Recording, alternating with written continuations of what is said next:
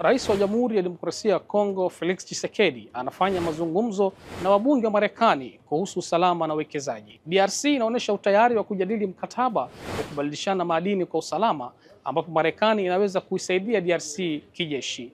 Nayo Kongo ikiahidi serikali ya Rais Donald Trump madini muhimu kama dhahabu, kobalti na shaba zinazotumika kutengeneza vifaa vya kielektroniki. Hayo yakijiri, waasi wa M23 wanadhibiti maeneo makubwa mashariki mwa DRC yakiwemo miji muhimu ya Goma na Bukavu.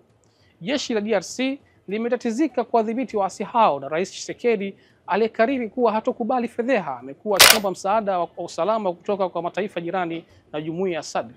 Hata hivyo, msaada huo unaonekana haujakuwa na ufanisi, na sasa Rais Tshisekedi anatafuta kupigwa jeki na Marekani ambayo ina uwezo mkubwa wa kijeshi na teknolojia. Katika mwendelezo wa mazungumzo haya hivi majuzi, Rais Tshisekedi alikutana na mbunge wa Congress Ronny Jackson kujadili uwezekano wa makubaliano. Kwa muda mrefu, Marekani imekuwa ikitaka kupunguza ushawishi wa China ambayo kwa sasa inadhibiti zaidi ya 70% ya uchimbaji wa madini ya DRC, huku 90% yakielekezwa China. Mpango huu wa madini kwa usalama unaweza kuwa sehemu ya mkakati wa Marekani wa kupata rasilimali hizi muhimu moja kwa moja. Kabla ya kuondoka madarakani Januari 20 mwaka huu, aliyekuwa rais wa Marekani Joe Biden tayari alikuwa ameanza mpango wa kuunda njia ya reli kutoka DRC hadi bandari la Lobito nchini Angola ili kusafirisha madini.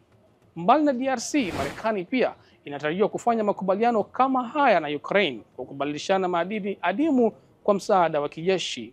Je, makubaliano haya yanaweza kuleta amani na maendeleo kwa DRC au yatazidisha kutegemea misaada kutoka nje?